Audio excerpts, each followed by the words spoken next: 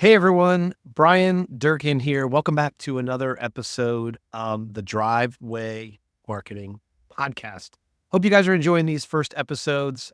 It's been a blast talking to you about it. And as you go through your journey here, you may be coming back from other episodes or bring back however you get here.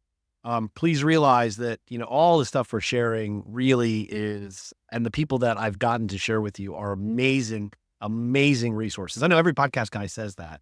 But there's just, these are people that are taking time out of their day to help you really with nothing expected in return. That's a Tony Robbins thing. So you've heard me talk about Tony, you've heard me talk about Dean Kennedy, you've heard me talking about masterminds and other people that are in my life.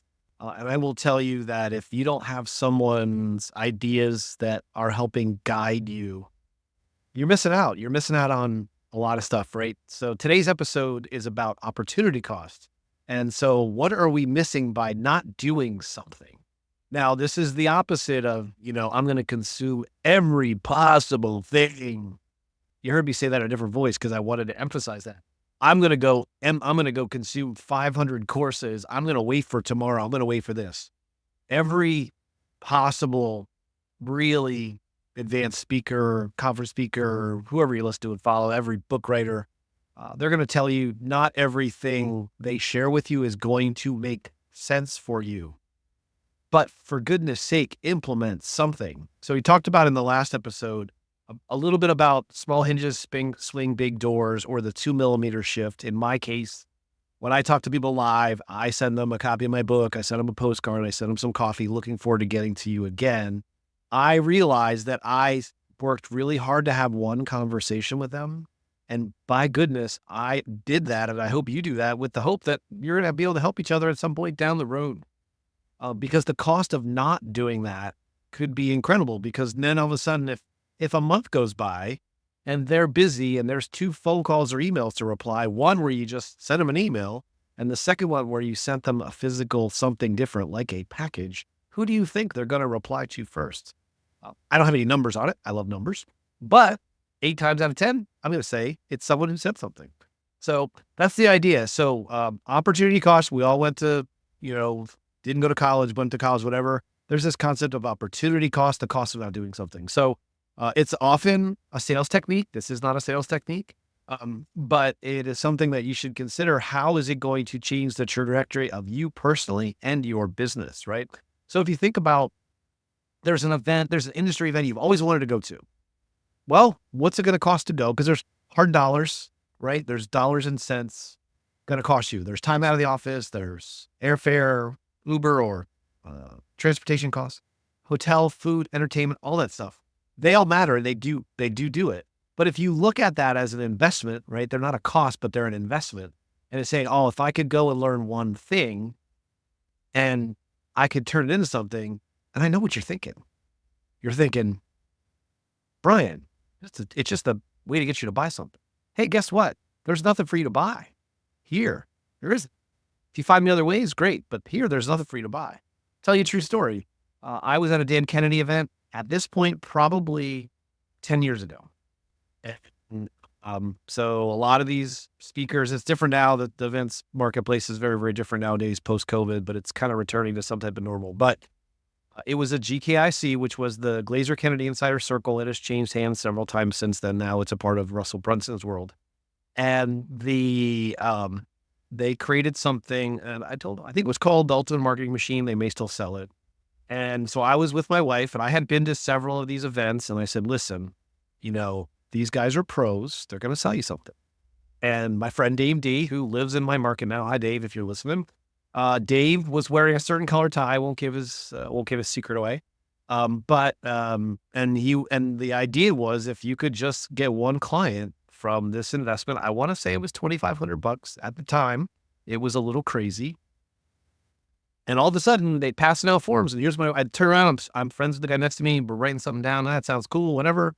And then all of a sudden I see my wife running to the back of the room, literally running to the back of the room, right? We're in our mid 40s. I guess, we're not newbies. We both run successful businesses. I've worked on it for a long time. And she's like, I think I can get one client because of it. And she runs to the back of the room. And so we actually we could bought the program. I want to say it was a 7 or 8 week, program. The way this program was formatted was every Monday they released some course or directions or guidelines, and every Friday they had a live coaching call. And that's the way that system works. And so every week you had homework, you had 5 days to do it, then you can come back on Friday and ask about it.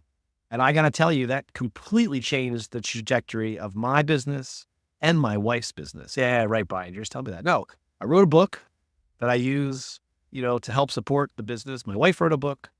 We both have clarity. Now that changes, right? Because businesses change. We both have clarity of how can we help better serve our clients? Because if we help serve our clients, and I didn't say the cheapest on the street, if we can serve our clients, we certainly can do more. So again, think about that opportunity cost. Really, it's an investment. So what could you do? What could you do differently in your business? Could you hire somebody to do things that you shouldn't be doing? Or are there things that you should be doing that they're not doing? Are you following up on every single proposal that goes out with a phone call and a postcard and an email, not just a text message? Did you get my stuff? Right. So if you have a systemic follow-up strategy that will follow your proposal strategy, whatever it is, you're going to close more business. And no, by the way, if you have a pre-proposal strategy that warms up the people to you as the expert before the meeting happens for the proposal, you're going to, I don't know, close more business. You think it's an accident that I send a book, a postcard, and some coffee to people I've spoken to on the phone regardless, right? Because they could be a referral, they could be a customer, or they could be a supplier partner. They could be a vendor partner. So any one of those people, which is most of the people I talk to outside of the podcast, that could be it, right? So opportunity cost, what a great, great topic. I'll tell you another story. So probably 2018, I'm not sure exactly when, 4 or 5 years later, I had been deep in the community of Dan Kennedy, and I was consuming like crazy. I was doing stuff. So I had an opportunity to come to an event. It made sense for my wife and I to come because they had some deal on tickets. We also put our kids into an entrepreneur program. And then they made a pitch for this mastermind. And I want to say it was $15,000, like a lot of money. And I was like, yeah, I probably should go. I should probably go. And my wife goes to me. She's pretty smart, actually. She's actually incredibly smart. She's beautiful. Love her to death. Love you, babe. Anyway, she's like, you need to go into that room. So there was, I don't know, 25 of us going into a room. At the time, they called it Peak Performers. It was Dan Kennedy. It was Lee Miltier.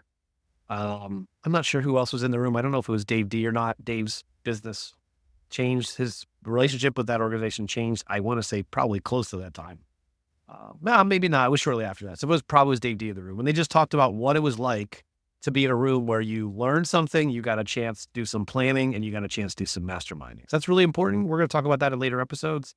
But I got a chance to learn from someone who had been there before me. So I got a chance to leapfrog. I got a chance to plan out of the office with other like-minded people, right? I got a chance to think, and I got a chance to mastermind, which is, in its simplest sense, is I got a chance to ask questions. So next thing I know, right? So here I go. We went, we did it. I had to, do payments and put on my credit card and split it into 3 payments or whatever it was. My life changed dramatically. Within a year, I was running the Kids Entrepreneur Program for GKIC. I was on stage. The kids got to meet not only the speakers, but some name people. They got to spend time with Steve Forbes and Alan Mulally, plus all the speakers at the event. For those of you who don't know those names, obviously Steve Forbes ran for president. He is the CEO of Forbes magazine and the Forbes financial business. Alan Mulally was the CEO of Boeing during 9/11 and the CEO of Ford during the Great Recession. So it was really cool that we got to learn and meet from other people to those experiences, how they are.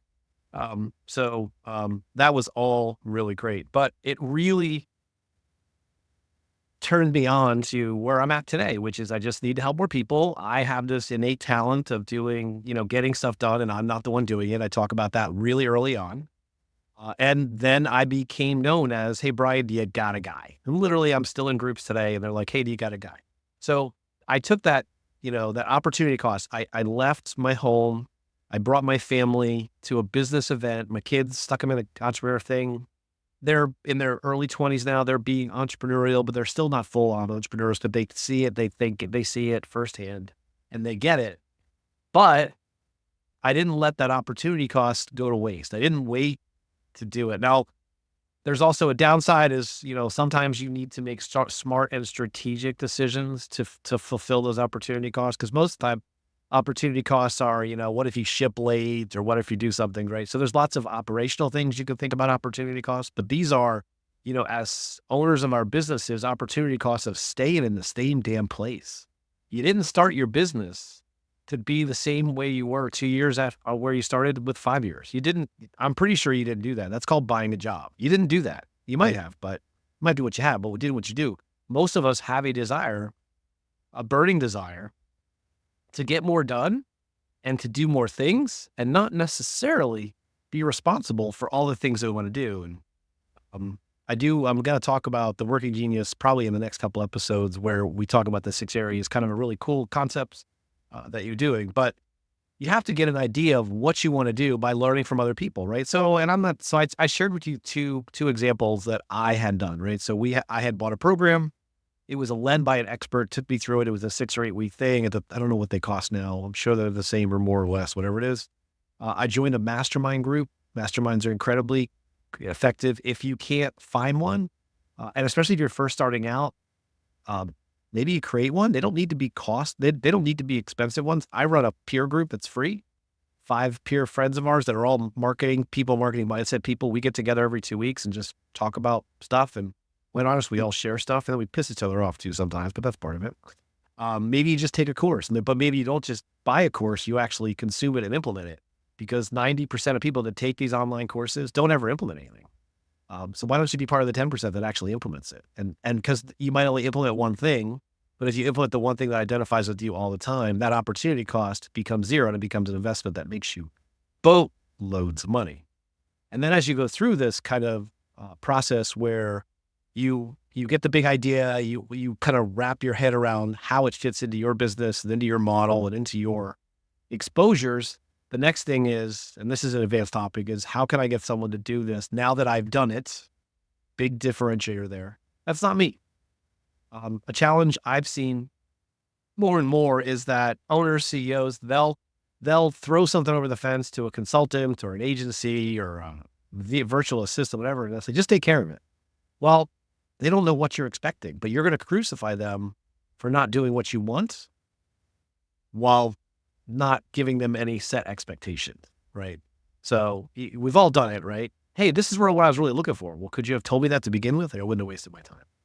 And that feedback loop of learning how to provide structured instructions to people to do tasks, because initially it's going to be tasks, then that's going to be kind of a problem. So anyway, hopefully that's hopeful. I don't want to make this too long because you guys are probably getting to where you're going. You're getting to your next job site. You're getting ready for the next quarter, half inning, or whatever you're listening to.